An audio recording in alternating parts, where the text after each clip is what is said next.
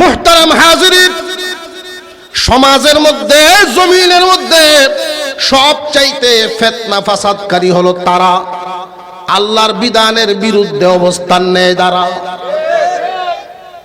জমিনের মধ্যে ফিতনা এবং ফাসাদকারী হলো তারা নিজের মন মতো চলে যারা। হুজুর আকরাম সাল্লাল্লাহু আলাইহি ওয়াসাল্লামকে দুই ভাবে নীতিহারা করতে চাইছিল তারা। প্রথমে অফার দিয়েছে, মুহাম্মদ এই মক্কা নগরীর সরকার তোমারে বানায়া দিব, বাইতুল মালের জিম্মাদারি তোমারে দিব, যেই নারী তোমার পছন্দ হয় তোমার বাসার সামনে নিয়ে আমরা হাজির হব, তুমি কি চাও তোমার চাওয়া পেশ করো, পূরণ করা হবে। শুধু জমিনে তুমি যেই আল্লাহর কথা বলো ওই আল্লাহর বিধান চালুর কথা বলবা না। হুজুর আকরাম সাল্লাল্লাহু আলাইহি ওয়াসাল্লাম বলেছিলেন, ও চাচা জানেরা, আমার এক হাতে সূর্য আর এক হাতে যদি চন্দ্রও এনে দাও, কোন মানুষের পক্ষে কি চন্দ্র সূর্য আনা সম্ভব নেই? যেটা সম্ভব না ওইটাও যদি দাও তবু আমাকে নীতি থেকে সরাইতে পারবা না। কিয়ামত পর্যন্ত মুহাম্মাদের দলের লোক যারা হবে এদের বৈশিষ্ট্য, এদের চিহ্ন হবে নীতিহারা হবে না, ওরা নীতির উপরে থাকবে। মানুষ নীতিহারা হয় দুই কারণে। এক নাম্বার, অফার দিয়া লোভের কারণে তারে নীতিহারা বানায় নেয়, লোভে পরে মানুষ নীতি হারাবে। দুই নাম্বারে, ভয়ের কারণে মানুষ নীতি হারাবে। মুহাম্মাদের দলের লোক যারা হবে তাদের একটাই ঘোষণা, ভয়েও বিক্রি হবে না, লোভেও বিক্রি হবে না। লোভ দেখাইবে কি চাঁদ সূর্যের চাইতে বেশি কোনো কিছু আনে দিতে পারবে নাকি? সুতরাং বিক্রি হবে না। দুই নাম্বার, ভয় দেখাইলেও ওরা নীতি হারা হবে না। ভয় কিসের? সর্বোচ্চ তো জীবনটাই হয়তো যাইতে পারে। নীতির উপরে থাকতে গিয়া যদি শহীদ হওয়া লাগে, মুহাম্মাদের দলের লোক যারা শহীদ হইবে তারা কিন্তু নীতি হারা হইবে না। মনে রাখবেন, কেন এই উসুল? আমি একা যদি সমাজে না থাকি সমাজের তেমন ক্ষতি হবে না। একজন ব্যক্তি যদি না থাকে সমাজের সমস্যা নাই, দুনিয়ার কোনো সমস্যা নাই।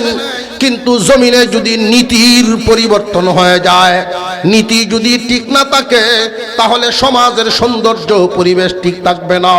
এই জন্য নীতি ঠিক রাখতে গিয়া যদি আমার জীবন যায় যাবে, কিন্তু নীতি রাখতে হবে। হুজুর সাল্লাল্লাহু আলাইহি ওয়াসাল্লাম নীতির পথে চলা শুরু করলেন, আর তারা বাধা দেওয়া শুরু করলো। তাদের কারোর দ্বারাই যেহেতু প্রতিবাদ করা, প্রতিহত করা সম্ভব হচ্ছে না, দারুন নদওয়ায় তারা বসেছে। নজর ইবনে হারেস, আস ইবনে ওয়াইল দাঁড়িয়ে বলল, বড় ভাইয়েরা শোনো, আমাদের বুদ্ধির দ্বারায় চেষ্টা করে দেখেছি মুহাম্মাদকে থামানো সম্ভব না। মুহাম্মাদকে যদি আটকাইতে হয় তৌরাত এবং ইনজিলের আলেম উলামাদের পরামর্শ নিলে হয়তো আটকানো যাবে।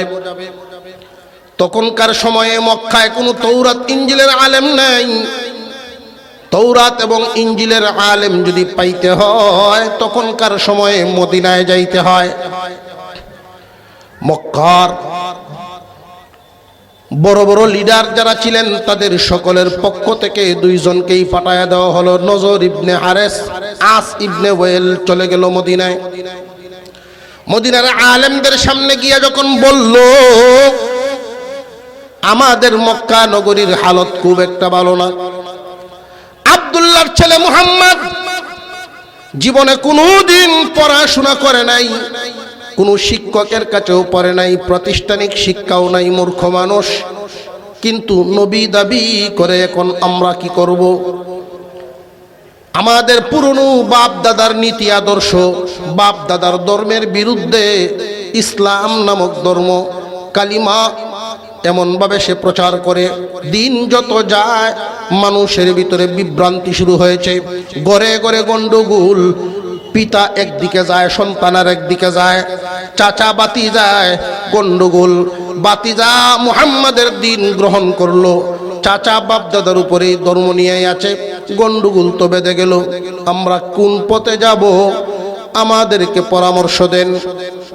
মদিনার আলেমগণ পরের দিন এই দুইজনকে দেখে বলে, তোমরাই বলেছ মুহাম্মদ কোনো মাদ্রাসায় পড়ে নাই, শিক্ষকের কাছেও পড়ে নাই, সুতরাং আমরা চিন্তা ভাবনা করে 3টা প্রশ্ন তার জন্য রেডি করেছি। এই 3 প্রশ্ন মুহাম্মদকে গিয়া করবা। যদি মুহাম্মদ উত্তর দিতে পারে না, বুঝবা নবী না, ফয়সালা তোমাদের যা ইচ্ছা করবা। কিন্তু যদি উত্তর দিয়া দেয়, মূর্খ মানুষ হয়েও যদি এই 3 প্রশ্নের উত্তর দিয়া দেয়, বুঝবা মুহাম্মদ সাধারণ মানুষ নয়, তার কাছে আল্লাহর পক্ষ থেকে ওহী নাজিল হয়। এই 3 প্রশ্ন তারা শিখে আসছে। 1 নাম্বার প্রশ্ন তারা শিখাইল, তাম পৃথিবী জুড়ে কোন ব্যক্তি, কোন মানুষ এই পর্যন্ত সূর্য কোন জায়গা থেকে উঠে কোন জায়গায় গিয়া ডুবে, এটা কিন্তু কেউ নিজের চোখে দেখে নাই। আমরা ছোটবেলায় মনে করতাম আমাদের পূর্বে যেই গ্রাম আছে ওই গ্রামের পিছন থেকে উঠে, ডুবার বেলায় মনে করতাম আমাদের পশ্চিমের গ্রামের পিছনে গিয়া ডুবে, আর তারা মনে করত আমাদের গ্রামের পিছনে উঠে ওইটার পিছনে গিয়া ডুবে। ঠিক না বেঠিক? এই পর্যন্ত সূর্য উদিত স্থান, অস্তমিত স্থান নিজের চোখে কেউ দেখে নাই। একজন মাত্র মানুষ দুনিয়ার জমিনে জীবন যাপন করেছেন, তামাম পৃথিবী ভ্রমণ করেছেন। আল্লাহ পাক তারে এমন ক্ষমতা দিয়েছিলেন, আল্লাহ নিজের চোখে তারে দেখাইছেন সূর্য কোন জায়গা থেকে উঠে কোন জায়গায় গিয়া ডুবে। সূর্য উদিত স্থান থেকে অস্তমিত জায়গা পর্যন্ত নিজের চোখে দেখাইছেন, তামাম দুনিয়া ভ্রমণ করাইছেন। এই লোকটার নাম বলে দাও। 2 নাম্বার প্রশ্ন হলো আসহাবে কাহাফ সম্পর্কে। ও মুহাম্মদ, আসহাবে কাহাফের ঘটনা বলা। কয়জন যুবক একাধারে কতদিন পর্যন্ত এক ঘুমে তারা কোথায় কাটিয়েছিল, কেন তারা দেশ থেকে বেরিয়ে গিয়েছিল, তাদের ঘটনাটা শোনাও। 3 নাম্বার প্রশ্ন হলো আমাদের মানুষের মধ্যে যেই আত্মা আসা যাওয়া করে, রুহু প্রবেশ করে আবার বের হয়, প্রবেশ করে আবার বের হয়, এই রুহু কেমনে আসে কেমনে যায়, রুহু আল্লাহ পাক কি দিয়ে বানাইছেন, এর বর্ণনা তুমি দিবা। এই 3 প্রশ্ন গিয়ে করবা। যদি উত্তর মুহাম্মদে দিতে পারে, বুঝবা মুহাম্মদ সাধারণ কোনো মানুষ নয়, আল্লাহর পক্ষ থেকে ওহী নাজিল হয়। তারা ফিরত আসলো। আবু জেহেল, আবু লাহাব, উতবা সাহেবারা সবাই গ্রহণ করলো তাদের কাছ থেকে এই প্রশ্নগুলো। আমাদের নবীজির এক অভ্যাস ছিল, প্রতিদিন সকাল বেলায় ঘুম থেকে উঠেই সর্বপ্রথম তিনি কাবাঘর দেখতেন, এরপরে দুনিয়ার অন্যান্য কাজ কাম। আল্লাহর ঘরের মহব্বত নবীর অন্তরে ছিল বেশি। উনি ওনার যেই ঘর সফর যারা করেছেন তারা তো দেখছেন, আল্লাহর রসুলের যেই ঘর এখন লাইব্রেরি বানায় রাখা আছে, ওই ঘর থেকে সোজা তাকাইলে সাফা এবং মারওয়ার মাঝখান দিয়া আল্লাহর ঘর খানায় কাবা দেখা যায়। তিনি যদি কোথাও বসতেন, পাহাড়ের সাথে হেলান দিয়া এমন ভাবে বসতেন যেন কাবা ঘর দেখা যায়। এত মুহাব্বত। এই কারণেই রসুল বলেন, খানায় কাবা এমন একখান ঘর, একবার তাকাইলে 20 বার রহমত নাজিল হয়। আরো জোরে কন্যা সুবহান। প্রতিদিন সকালবেলায় ঘুম থেকে উঠেই কাবাগরের সামনে নবীজি আসতেন। অন্য দিনের মতো ভোরবেলায় আল্লাহর রাসূল যখন আসলেন খানায় কাবায়, মক্কার নেতারাও ওনার সামনে হাজির। ও মুহাম্মদ, তোমার সাথে আমাদের ব্যক্তিগত কোনো শত্রুতা নাই, তুমি আমাদের কারোর ভাতিজা, কারোর ভাই, নবী দাবি করো, আমরা তা মানি না। তোমারে পরীক্ষা করার জন্য আসলাম। 3টা প্রশ্ন তোমাকে করা হবে, যদি উত্তর দিতে পারো বুঝবো তুমি সত্য নবী, আর যদি উত্তর দিতে পারো না এই মক্কায় তোমার কালিমার দাওয়াত আর চলবে না। হুজুর সাল্লাল্লাহু আলাইহি ওয়াসাল্লাম বলেছিলেন, মক্কা নগরের কোন মানুষের কাছ থেকে তো আমি কালিমার দাওয়াতের পারমিশন নিয়ে শুরু করি নাই। প্রশ্ন কি করবেন করেন, কালিমার দাওয়াত তো আদেশ দিয়েছেন আল্লাহ, আল্লাহর আদেশে শুরু করেছি, আপনাদের কথায় বন্ধ হবে বা চালু হবে এমন না। প্রশ্ন কি করবেন করেন। তারা 3 প্রশ্ন করে বসলো। প্রশ্ন যত আছে দুনিয়ার জমিনে 2 ভাগে বিভক্ত। কয় ভাগ? 1 ভাগ প্রশ্ন হলো জানার জন্য করা হয়, আরেক ভাগ প্রশ্ন আটকাইবার জন্য করা হয়। তারা যে প্রশ্ন করেছেন নবীজিকে জানার জন্য না আটকাইবার জন্য? আটকাইবার জন্য যদি কেউ কাউকে প্রশ্ন করতে হয়, শর্ত হলো এর উত্তর নিজের আগে জানতে হয়। ওরা প্রশ্ন শিখে আসছে ঠিক, উত্তর শিখে আসছে না। আবু জাহেল কি বুকা না চালাক? সে ঠিকই বুঝে ফেলছে 2 2 যে 4 হয় এটা তো জানা লাগবে আগে। মুহাম্মদ যা উত্তর দেয়, ভুল দিল না সহি দিল, আমরা বুঝতাম কেমনে রে? উত্তর শিখে আইসস নি? যে না, উত্তর তো শিখাইছি না। জলদি আবার যা মক্কা মদিনায় যা, তোরা গিয়ে উত্তর শিখ, আর বাতি যায় কি কয় সেটা দেখি। হুজুর আকরাম সাল্লাল্লাহু আলাইহি ওয়াসাল্লামকে যখন প্রশ্ন করা হয়, আল্লাহর পয়গম্বর বলেছিলেন, চাচা যান, আপনারা জানেন অনেকেই, আমি আমার পক্ষ থেকে কিছুই বলি না, আল্লাহ আমাকে জানায়া দেন। জিবরাইল আলাইহিস সালামকে আল্লাহ বলে দেন, জিবরাইল আমাকে শুনাইলে জানাইলে এরপর আমি জানি। আমার পক্ষ থেকে তো বলতে পারি না, আল্লাহর পক্ষ থেকে জানাইলে আমি আপনাদের জানায়া দেব। ও মুহাম্মদ, জিবরাইল আসতে সময় কতটুকুন লাগবে? ওই দিন নবীজি বলেছিলেন 24 ঘন্টা সময় আমার দেন, কারণ জিবরাইল আলাইহিস সালাম জমিনে আসতে কি 24 ঘন্টা লাগেনি। 600 নূরের পাকা মাত্র 2টা ছড়ায়া 1 টান দিলে মুহূর্তের মধ্যে জমিনে পৌঁছে যান। প্রশ্ন হলো এখানে 1 ঘন্টাও তো রাখতে পারতেন, 2 ঘন্টাও রাখতে পারতেন, 24 ঘন্টা রাখার কারণটা কি? কিয়ামত পর্যন্ত উম্মতে মুহাম্মাদীকে নবীজি সাল্লাল্লাহু আলাইহি ওয়াসাল্লাম সবক শিখায় দিলেন, উম্মতেরা রে, তোমরাও যখন কারোর সাথে কোনো কথা দিবা, কথায় যদি আবদ্ধ হও, তোমরাও যদি কারোর সাথে কোনো ওয়াদায় আবদ্ধ হও, লাগে যদি তোমার 3 দিন লইও তোমরা 5 দিন, লাগে যদি 5 দিন লইবা তোমরা 7 দিন সময় বাড়ায় লইবা।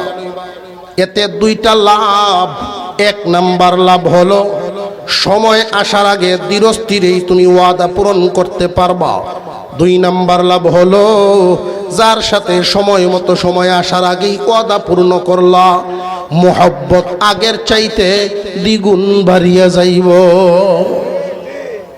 তো আমরা যে অবস্থা, লেনদেনের ক্ষেত্রেই বলেন, কথাবার্তার ক্ষেত্রেই বলেন, যে দে 5,000 টাকা, গুরান দিয়ে দেলতাছি, এই গুরান আর শেষ হয়।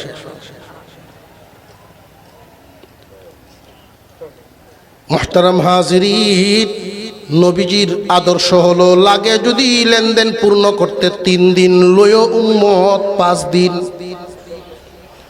কিন্তু ওয়াদা যেন ঠিক থাকে। কর্জায়ে হাসানার এই প্রচলন তো উঠেই গেছে সমাজ থেকে। হুজুর সাল্লাল্লাহু আলাইহি ওয়াসাল্লাম সময় বাড়ায়া রাখলেন। আল্লাহর পয়গম্বর আকাশের দিকে তাকায় আছেন, আর আবু জাহেল বাহিনী খুশিতে তারা আত্মহারা। এতদিনে বুঝি মুহাম্মদকে আটকানো সম্ভব হবে? আল্লাহর পয়গম্বর অপেক্ষা করেন 3 প্রশ্নের উত্তর নিয়ে জিবরাইল আমিন আসবে কখন, আর তিনি উত্তর দিবেন কখন। 1 ঘন্টা, 2 ঘন্টা, 5 ঘন্টা, 10 ঘন্টা, এইভাবে যাইতে যাইতে 24 ঘন্টা অতিক্রম হয়ে গেল। জিবরাইল তো আসেন নাই। পরের দিন তারা সময় মতো হাজির। আল্লাহর পয়গম্বর বলেন, চাচা জানেরা, আমি 24 ঘন্টা পরে উত্তর দিব, এটা যেমন বলেছিলাম জিবরাইল আমিন আসবে জানায়া দিবে, এটাও কিন্তু বলেছিলাম। জিবরাইল আসেন নাই, এই জন্য আমি বলতেও পারি না। জিবরাইল আসা পর্যন্ত অপেক্ষা করতে হবে। তারা সব এখান থেকে মিছিল দেওয়া শুরু করলো, মিথ্যা নবী মিথ্যা নবী। সাহাবীদেরকে পর্যন্ত কটাক্ষ করা শুরু করলো। সাহাবীরা ঘর থেকে বের হইতে পারে না, রাস্তায় পাইলেই বিভিন্নভাবে খুঁচা দিয়া কথা বলে। ওই সময় আসহাবে কাহফের ঘটনা আল্লাহ পাক রব্বুল আলামিন যখন নাজিল করেন, একটানা 14 দিন পর্যন্ত ওহী বন্ধ ছিল। এবার আপনি আমি একটু ভাবি তো, ওই সময়ের মক্কার যেই চিত্র ছিল, গরিব গুরাবা, গুলাম, গুলামের পুত্র গুলাম, আল্লাহর পয়গম্বরের অনুসারী, সারা মক্কার লিডার যারা মুহাম্মদ বিরোধী, ইসলাম বিরোধী, তারা এই ইস্যুকে কেন্দ্র করে এমন এক হালত তৈরি করলো। নবীজির আপন চাচি উম্মে জামিল, আবু লাহাবের স্ত্রী, মানুষের ঘরে ঘরে গিয়ে বলে, শোনো গো, দূর থেকে তোমরা কি জানো আর না জানো, আমার তো পাশের ঘর আপন বাতিজা মুহাম্মদ, আল্লাহ মুহাম্মদকে বলে গেছে, তার প্রতি নারাজও হয়ে গেছে। আসমান থেকে মুহাম্মাদের কাছে এক শয়তান আইতো, আরো জোরে কন্যা নাউজুবিল্লাহ, আশা বন্ধ হয়ে গেছে। 14 দিন একাধারে যখন ওহী বন্ধ, আল্লাহর পয়গম্বর যেই পরিমাণ কষ্ট পাইছেন, এই কথাটা যখন উনার কানে পৌঁছে, আল্লাহ মুহাম্মদকে ভুলে গেছে, তার প্রতি নারাজ হয়ে গেছে। এর চাইতে দ্বিগুণ কষ্ট পায়া উনি আর দাঁড়ায়া থাকতে পারেন নাই। সেজদায় পরে এমন লম্বা সেজদা দিয়েছিলেন, তখন নবীজির চেহারা মুবারক রক্ত জমা হয়ে লাল হয়ে গিয়েছিল। হুজুর আকরাম সাল্লাল্লাহু আলাইহি ওয়াসাল্লাম মনে মনে ধারণা করতেছেন, সত্যি কি আল্লাহ আমাকে ভুলে গেল নাকি?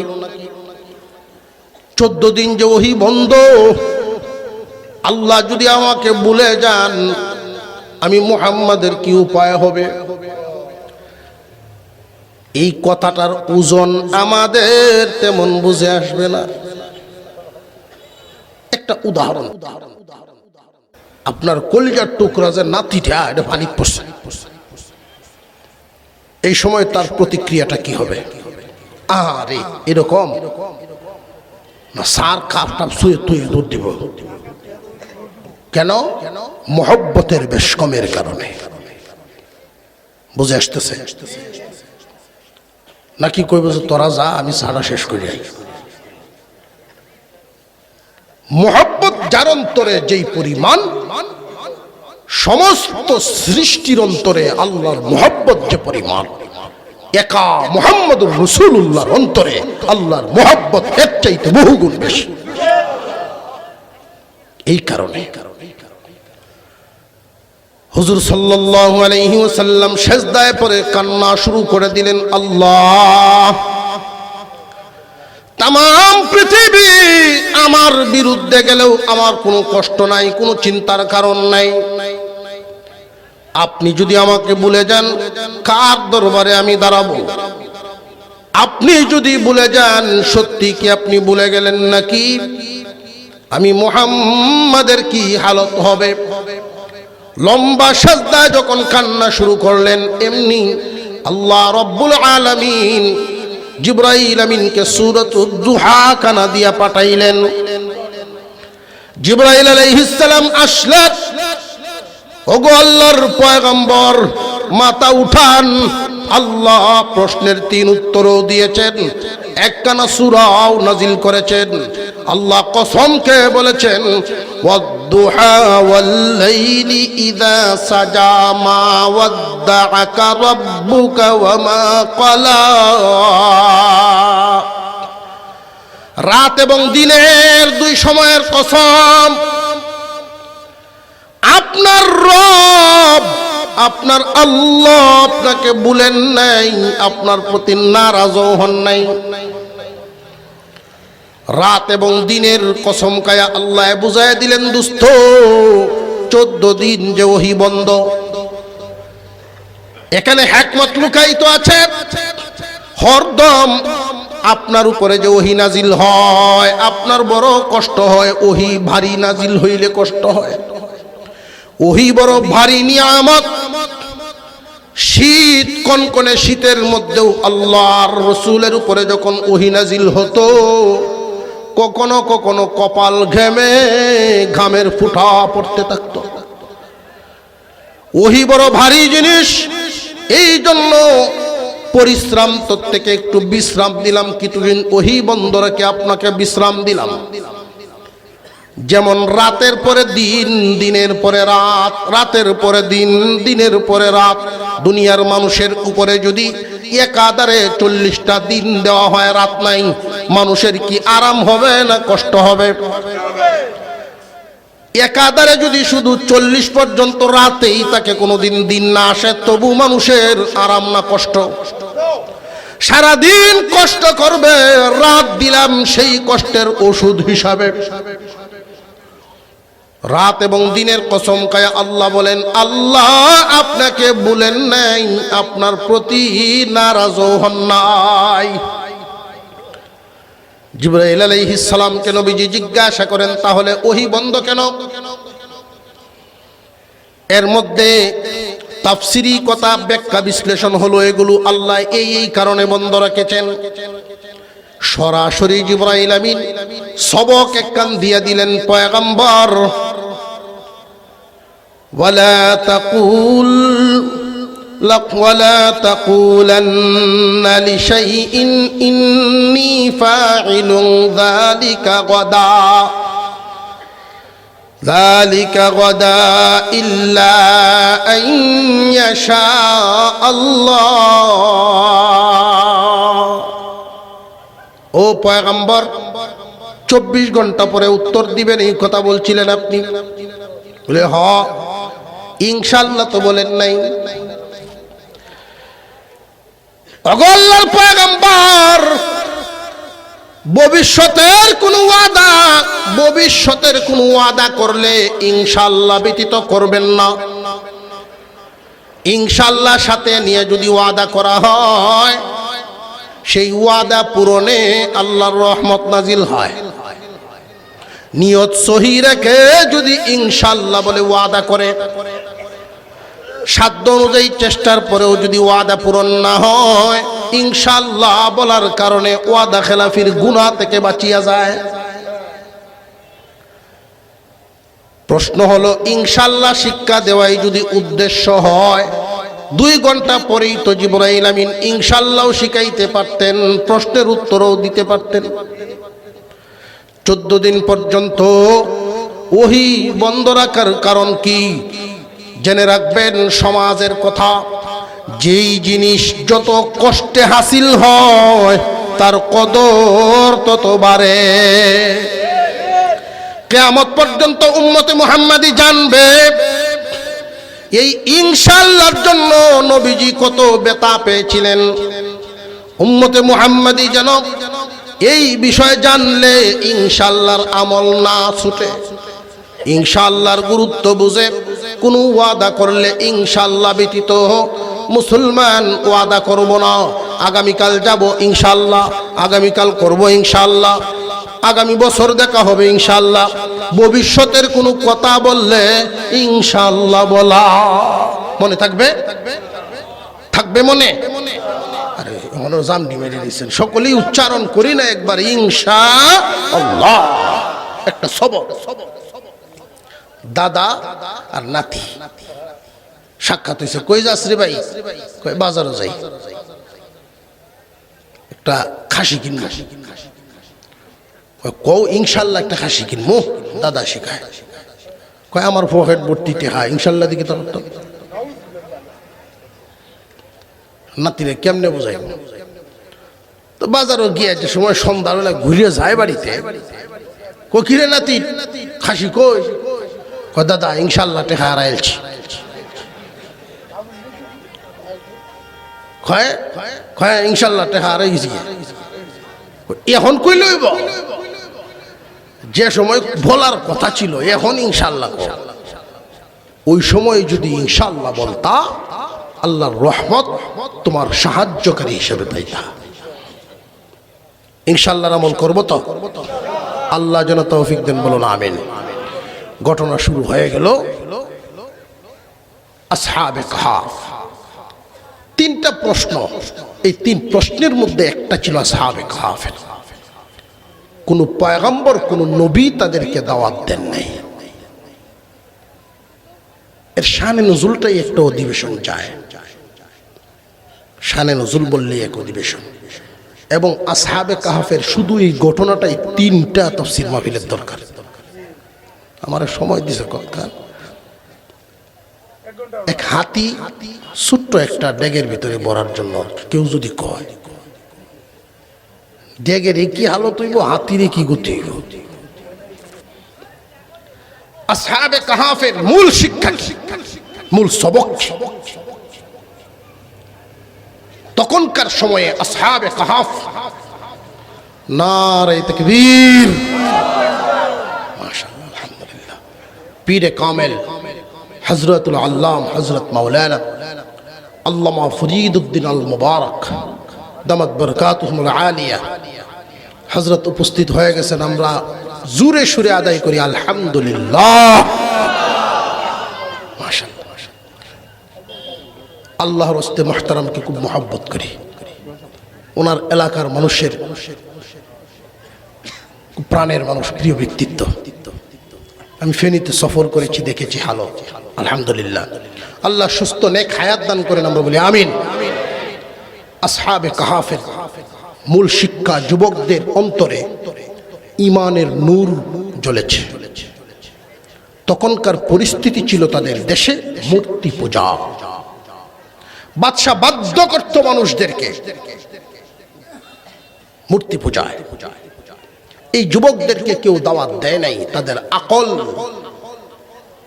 ব্যক্তিগতভাবে মানুষের আকল আল্লাহর পক্ষ থেকে দেওয়া আছে।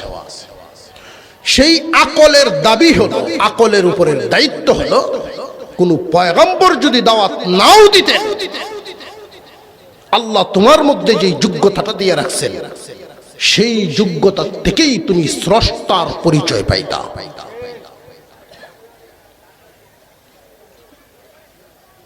তাদের নিজেদের বিবেকের মধ্যে যে নিজের আর হাতে বানানো মূর্তি, এটা আবার খোদা কেমনে হয়, সে কিভাবে ভালো করতে পারে, সে কিভাবে মন্দ করতে পারে, সে কিভাবে মুসিবত থেকে হেফাজত করতে পারে, সে কিভাবে আযাবে ফেলতে পারে, সে নিজেই তো চলতে পারে না, নিজের হৃত্য আযাব আইলে আমরা ভিরানি লাগবে। মুহতারাম হাজিরিন, তাদের বিবেক যে আসমান জমিনের মালিক যিনি, আমাদের মালিক তিনি। এই কথাটা যখন বলেছিল, সেই দেশের আইন ছিল বাদশাহ যেই আইন দিয়ে দেশ চালায়, তার বিরুদ্ধে গেলে সেটাকে রাষ্ট্রদ্রোহ বলে। জেনে রাখবেন, আমাদের এই দেশে অনেক উলামায়ে কেরাম শুধু শরীয়তের বিধানের আলোচনা করেছেন, যেটা রাষ্ট্রীয় আইনের বিপক্ষে। শরীয়তের বিধানের আলোচনাটা করার কারণে একদল মানুষ গোপনে গোপনে এই রাষ্ট্রে অবস্থান করে কুফরি মতবাদ প্রতিষ্ঠার লক্ষ্যে প্রশাসনকে ব্যবহার করে মিথ্যা মামলা দিয়ে খামাকা ওই সমস্ত ব্যক্তিদেরকে বছরের পর বছর জেলখানার মধ্যে আবদ্ধ রেখেছে। হক কথাটা বলার কারণে মুসলমান এক হলো ইসলামের বিধিবিধান বিশ্বাস করা, ইসলামের বিধিবিধান আমল করা। আমলের মধ্যে তো কমতি আছেই, আমাদের বিশ্বাসের মধ্যে যেন কমতি না থাকে। এই বিশ্বাসটা কিভাবে হবে? শরীয়তের সমস্ত বিধিবিধানের প্রতি মহব্বতের সাথে বিশ্বাস থাকবে, হেলায় না, মহব্বতের সাথে বিশ্বাস থাকা চাই। একদিনে শরীয়তের বিধান কায়েম করা সম্ভব নয় দেশে। বড় আশ্চর্যজনক ঘটনা, আজীব ঘটনা।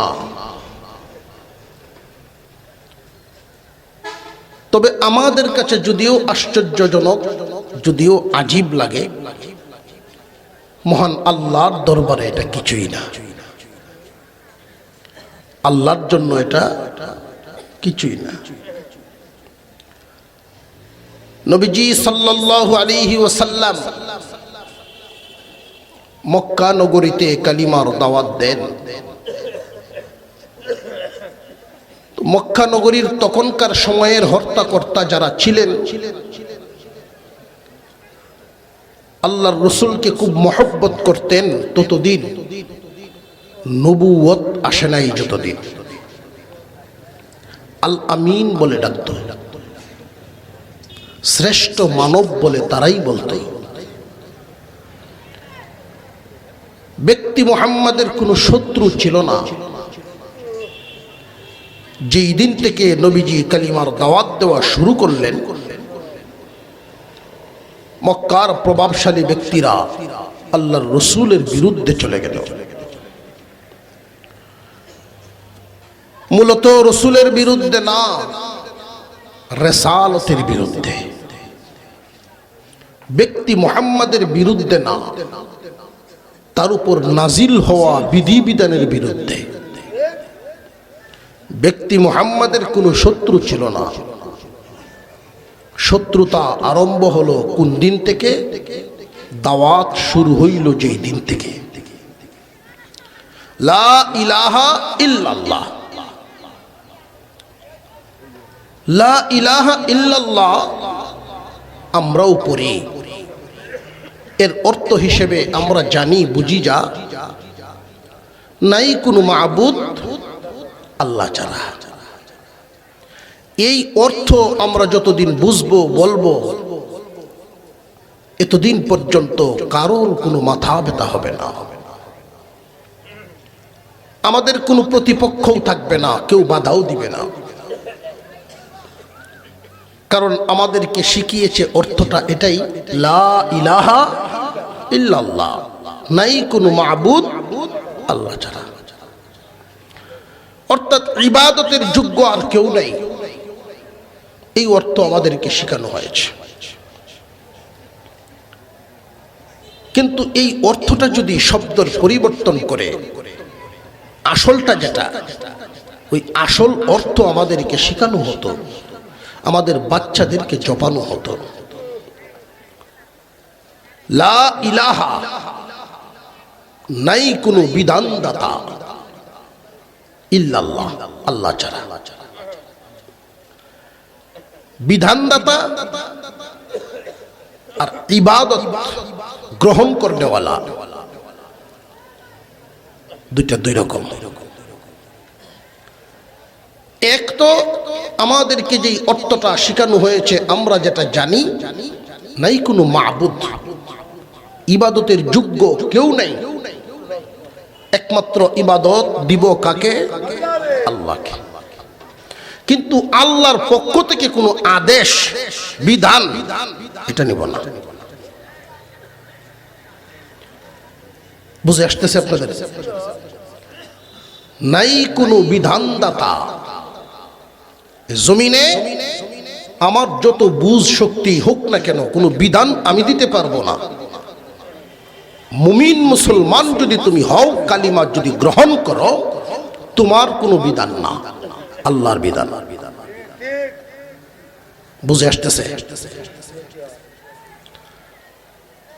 মুহতারাম হাজিরিন, মসজিদে যদি আমরা ইবাদত পালন করি, এই দেশ পরিচালনায় কোনো সমস্যা হবে না।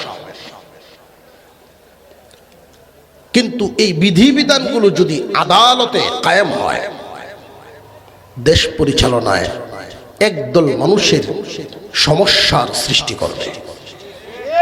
বুঝে আসতেছে আপনাদের? নবীজি সাল্লাল্লাহু আলাইহি ওয়াসাল্লামের বিরোধিতা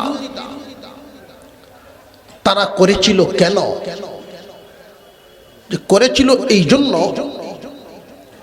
যে যেই বিধিবিধান মুহাম্মদ যেই নিয়ম নীতি দেখায়, আমাদের নিয়ম নীতি আমরা যা করি, আমাদের যেই মর্জি, সেখানে তো সেটা চলে না। মানবরচিত বিধানের ধরন হলো মানুষে যখন যা চায় তা করতে পারে। অপরাধী মানুষের যদি কাছের হয় বিচারকের, ওনার ইচ্ছা হলো একটা পরিবেশ তৈরি করে সাজা কিছু কমায় দিল। যদি তার শত্রুপক্ষের অপরাধী হয়, ওনার ইচ্ছা হলো সাজা কিছু বাড়াইয়া দিল। এটা হলো মানব রচিত বিধিমালার রূপ। মানুষের মন চাহি বিধিমালা দিয়ে যদি দেশ চলে, সমাজ চলে, জাতি চলে, তাহলে কম দামা বস্তুর দাম বাড়বে, বেশি দামা বস্তুর দাম কমবে। কারণ আমরা তো কোন বস্তুর দাম কি পরিমাণ হবে এটাই বুঝি না। যদি বুঝতাম, তাহলে সমাজে মূলত যারা কম মূল্যের মানুষ, কম মর্যাদা পাওয়ার মানুষ, তারা পায় মর্যাদার আসন। বড় আজীব লাগে, অনেক এলাকায় মসজিদ কমিটির দায়িত্বশীল হয়ে যায় এলাকার সবচেয়ে বড় সুদখোর। তাহলে কি দামি মর্যাদাবান লোকের মর্যাদা দিতে পারছি না? যে অমূল্য হওয়ার কথা, মূল্যহীন থাকার কথা, মর্যাদাহীন থাকার কথা, ছেলের বিয়েতে, মেয়ের বিয়েতে, তার বাড়িতে কারটা আগে যায়। ওয়াজ তাফসীর যেখানেই হোক, অন্যায়ের প্রতিবাদ যদি শুধু মাহফিলে মাইক দিয়া উলামায়ে কেরামকে দিয়ে বলান, মসজিদের মিম্বর থেকে আলেমরা শুধু বলে, এর দ্বারায় অন্যায় সমাজ থেকে বিলুপ্ত হবে না, সামাজিকভাবে প্রতিহত করতে হবে। যে ব্যক্তি সুদখোর, সে কি আল্লাহর বন্ধু না শত্রু? সমাজের বন্ধু না শত্রু? শত্রু। সুদখোরের স্তর 70টা। সর্বনিম্ন স্তর আপন মার সাথে জিনার সমান। সর্বোচ্চ স্তর আল্লাহ এবং রসুলের বিরুদ্ধে যুদ্ধ গ্রহণকারী, যুদ্ধে নামে। যে ব্যক্তি আল্লাহ এবং রসুলের সাথে যুদ্ধ করে, সে আমার আপনার বন্ধু হয় কি করে? আত্মীয়তার বন্ধনে কোনো এক সম্পর্কে হয়তো কিছু লাগতে পারে, কিন্তু ইমানদারির নজরে সুদখোর আরেক ইমানদারের বন্ধু হতে পারে না।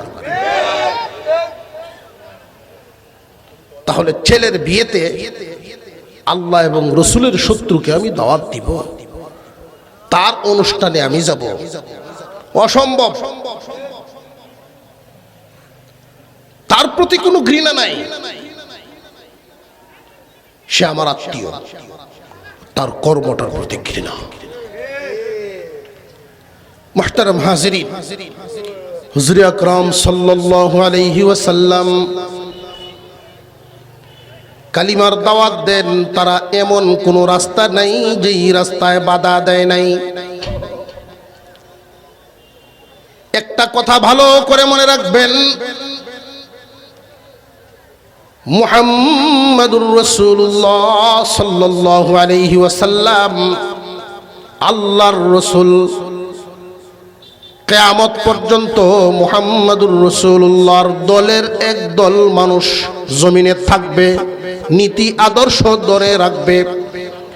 মহান আল্লাহ পাক এদের পরিচয় তুলে ধরেছেন। কিয়ামত পর্যন্ত মুহাম্মাদের দলের লোক কারা হবে? যে মুহাম্মাদের যেই আদর্শ এবং নীতি ছিল, সেই নীতির পক্ষে যারা থাকবে, এই নীতিকে দাঁত দিয়ে আঁকড়ে কামড়ে ধরে রাখবে যারা। মুহাম্মদ ব্যক্তিকে মূল্যায়ন করতেন না, নীতির উপরে থাকতেন। ব্যক্তির মূল্যায়ন পরে হবে, নীতির মূল্যায়ন আগে হবে। এই জমিন কার? জবান খুলে আওয়াজ দিয়ে বলেন, জমিন কার? আমরা একদিন ছিলাম না, একদিন থাকবো না। আমার বলতে পারি, কিন্তু আসলে তো আমার না। 100 বছর আগের কোনো মানুষ এখানে আসেননি। আগামী 100 বছর পরে আমরা এখানে কেউই থাকবো না। তাহলে স্থায়ীভাবে এই জমিনের মালিকানা একমাত্র কার? কিছুদিনের জন্য জিম্মাদারি পাইয়া তোমার করবা না। এই জমিনের মালিক যিনি, জমিনের শৃঙ্খলা কিভাবে থাকবে, জমিন সুন্দর কিভাবে থাকবে, সমাজ কিভাবে সুন্দর চলবে, এই বিধিমালাও দিবেন তিনি।